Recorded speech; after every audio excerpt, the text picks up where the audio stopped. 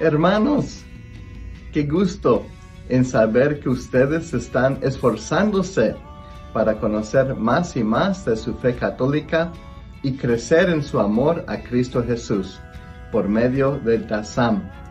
Hola mis hermanos, bendiciones para todos, ¿cómo están? Los quiero invitar en este momento a que se inscriban a la Escuela de Apologética Católica DASAM, donde podrás formarte con reconocidos apologistas desde la comodidad de tu hogar, a cualquier hora, a tu propio ritmo, 24/7.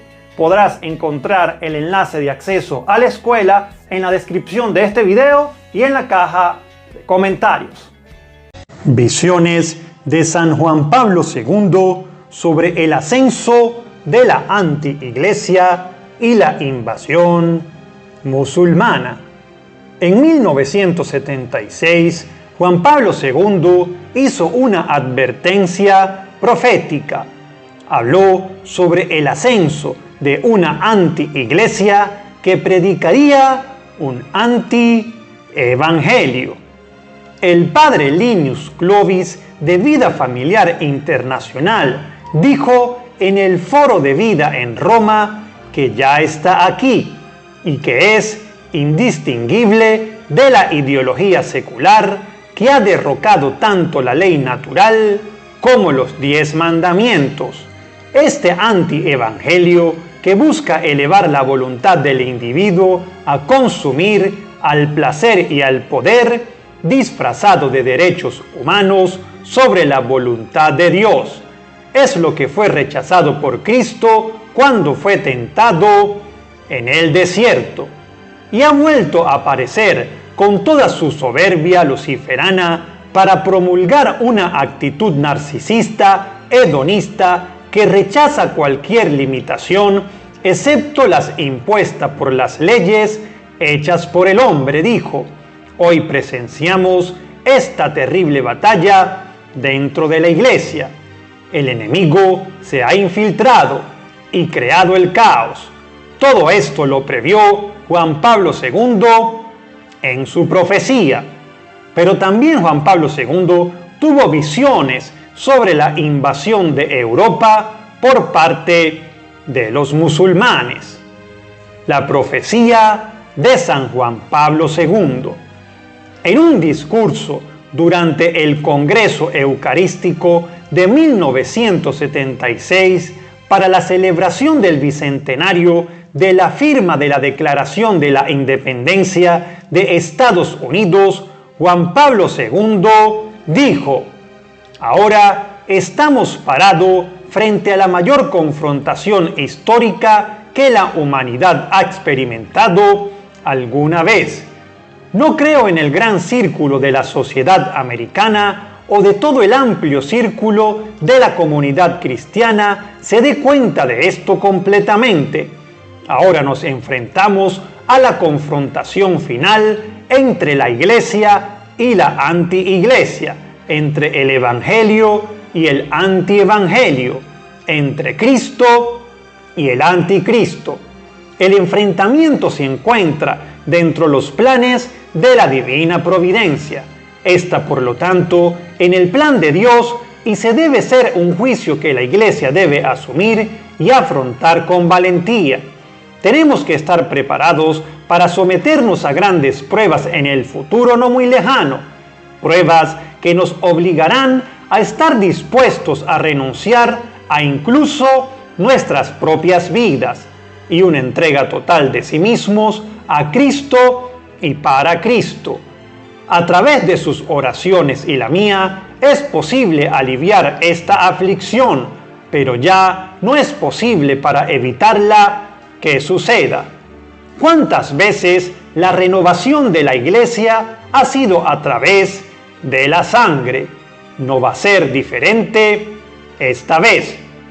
Y Juan Pablo II agregó, en esa oportunidad, es una prueba de no solo nuestra nación y la iglesia, sino en cierto sentido una prueba de 2000 años de cultura y civilización cristiana, con todas sus consecuencias para la dignidad humana, los derechos individuales, los derechos humanos y los derechos de las naciones. Eso fue hace 40 años. Podemos seguir fingiendo que el mundo no está afectado por algo muy oscuro, que no hay nada sobrenatural por lo cual preocuparnos y tampoco alegrarnos. Podemos seguir creyendo que los tiempos presentes no son diferentes que los tiempos de antes, pero Juan Pablo II hace que nuestras negaciones parezcan aún más ridículas, porque cuando nadie lo decía, él ya lo profetizó. Esto ya está aquí desplegado. El padre Clovis dijo claramente en el foro sobre la vida en Roma, organizado por la Voz de la Familia, que si bien el aumento de la anti-iglesia ha estado ocurriendo lentamente, pero de manera constante, durante los últimos años su velocidad ha sido especialmente notable. Durante el último medio siglo ha habido una creciente crisis en la iglesia, que surge tanto de una falta de enseñanza clara y sin ambigüedades, y a partir de un clima de disensión entre sacerdotes religiosos y laicos. Dentro de la iglesia contemporánea, la crisis ha llegado a su punto culminante, sino al punto de quiebre, por el rechazo velado a los paradigmas de nuestro Señor y el debilitamiento de las posiciones doctrinales establecidas por las prácticas pastorales. Indicó que hay una sensación entre los fieles católicos que las cosas eclesiásticas y católicas se caen a pedazos y que se ha desatado sobre la iglesia una anarquía pastoral. Dijo además que está trabajando dentro de la iglesia un poder oculto que echa combustible a esta anarquía.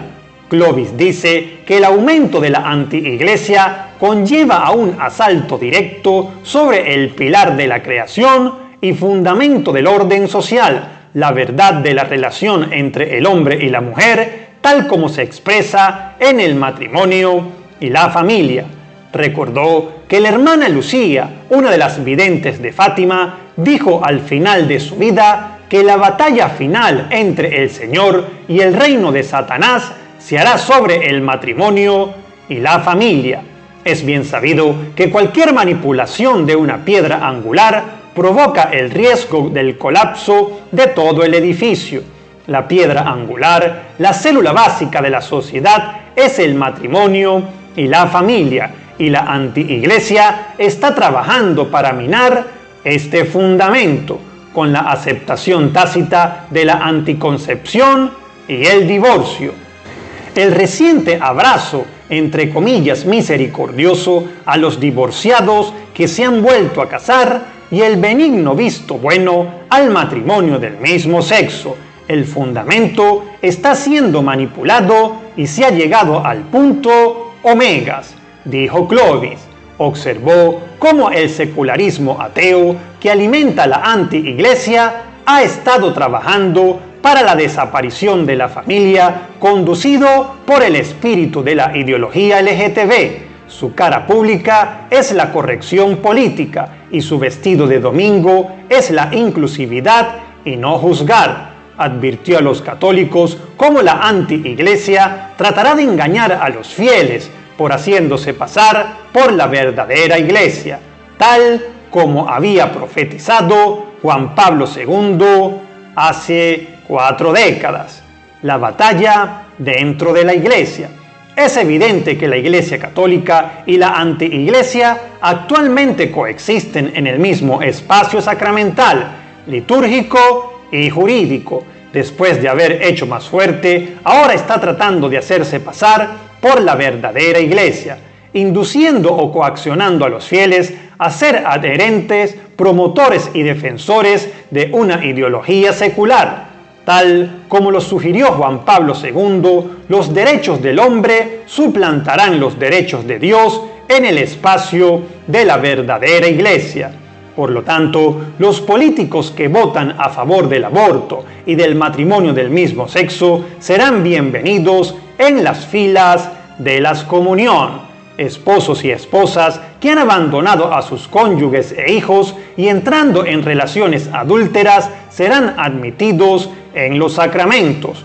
Sacerdotes y teólogos que rechazan públicamente las doctrinas y la moral católica estarán en libertad de ejercer el ministerio y se extenderá a la disidencia, mientras que los católicos fieles serán marginados, calumniados y desacreditados a cada paso. Y agregó un dato importante: para lograr sus objetivos, la antiiglesia tiene la colaboración con los poderes seculares, usa la ley y los medios de comunicación para llevar a la sumisión a la verdadera iglesia. Y por un hábil uso de los medios de comunicación, los activistas de la antiiglesia han logrado intimidar a los obispos, al clero y a la mayor parte de la prensa católica, llevándola al silencio. Del mismo modo, los fieles laicos están aterrorizados por el miedo a la hostilidad, el ridículo y el odio que caería sobre ellos en caso de oponerse a la imposición de la ideología LGTB. Y cita un ejemplo muy claro de este proceso. En 2015, la congregación de San Nicolás de Myra en la arquidiócesis de Dublín dio una ovación de pie a su párroco cuando declaró desde el púlpito que era homosexual y lo instó a apoyar al matrimonio de personas del mismo sexo en el referéndum irlandés. Por lo tanto, la influencia opresiva de la antiiglesia se ve más claramente operando cuando una persona tiene miedo de defender abiertamente la revelación de Dios acerca de la homosexualidad, el aborto o la anticoncepción en su comunidad parroquial. Los sacerdotes y obispos son el centro del ataque. Además, Clovis describió que los adherentes a la antiiglesia apuntan especialmente a los sacerdotes y obispos para que sean el remolque de la línea del antievangelio, sabiendo que una vez que estén en su misión puedan influir en innumerables almas, llevándolos lejos de la verdadera iglesia. Sacerdotes y obispos son los líderes naturales de los laicos y están atrapados en la ampliación del miedo generado por la antiiglesia. Además, debido a la promesa de obediencia y respeto, el miedo, siendo reverencial, se agrava en gran medida. Veamos así las filas divididas, su separación de la unidad y su espíritu evangelizador estigmatizado como proselitismo y sin sentido solemne. Además, menciona que los buenos pastores fieles están siendo etiquetados como pequeños monstruos lanzando piedras a los pobres pescadores, o que están tratando de reducir el sacramento de la reconciliación a una cámara de tortura, o que están escondiéndose detrás de las enseñanzas de la iglesia, sentados en la silla de Moisés y juzgado con superioridad y superficialidad. Más aún, los sacerdotes se les dicen que deben una disculpa a los homosexuales. Además, se les llama decidores de oraciones y estigmatizan la asistencia frecuente a misa y confesión frecuente como un demérito.